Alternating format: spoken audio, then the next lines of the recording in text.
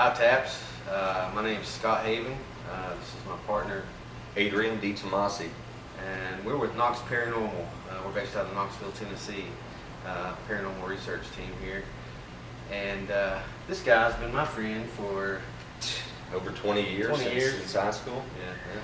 Yeah. And we've always been into paranormal research.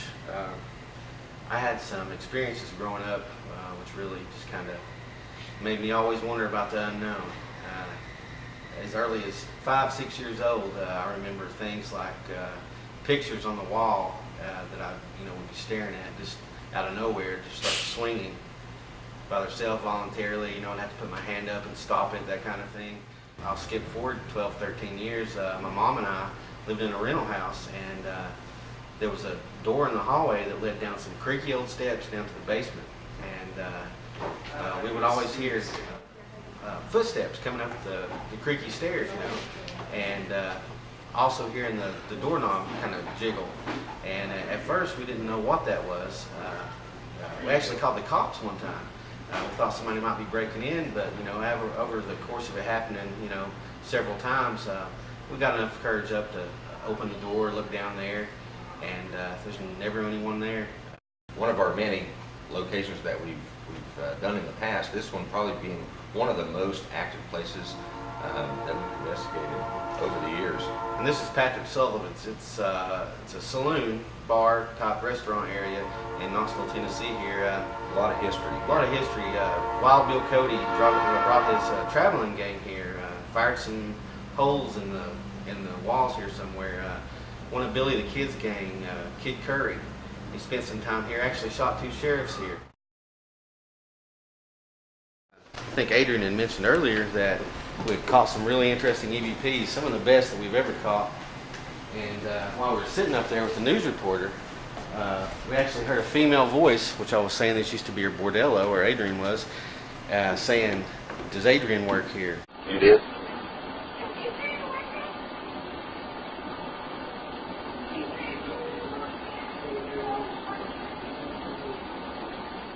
Then actually we came down here to the 3rd floor, about 6 or 7 of us, our team and New Cinema. And we had some things set up, kind of like ghost traps, if you will. But we sprinkled some baby powder down and we set a couple of wine glasses on the bar. And we were getting ready to wrap up. It was about 4 a.m. We were all sitting about 20 foot from the bar area when all of a sudden one of the wine glasses pretty much just levitated off of the bar and smashed behind. We were locked in this place all night, so the only people that were here were in our semicircle on the floor. Basically, the reason we want to be the next ghost hunters is because we love it. There's really not much more to say than that. We love investigating. We have a lot of the same techniques that Taps does. We've learned a lot from Taps, watching Taps, to be honest. And Scott and I work really well off of each other with anything that we do, not just investigating. But like he was saying, he's always been the skeptic. I've always been the wannabe believer, and we can bounce ideas off each other. And every place we've been, it seems like we've gotten good results. There have been a few places we've been where we haven't actually caught anything, and that's going to happen, with any investigation. But the majority of places we've went, even if we haven't caught anything, we've been able to help people with answers as far as natural causes, that kind of thing. Mine's St. Augustine. The way you guys investigated that place was just top notch. I know you went back again after that, and I think one of the questions was how we would have done it differently. Well, we would have went back again, just like you did. we try to always do a follow-up. Yeah. We're going to try to do a follow-up at this place, actually. My favorite Taps episode was probably the state penitentiary.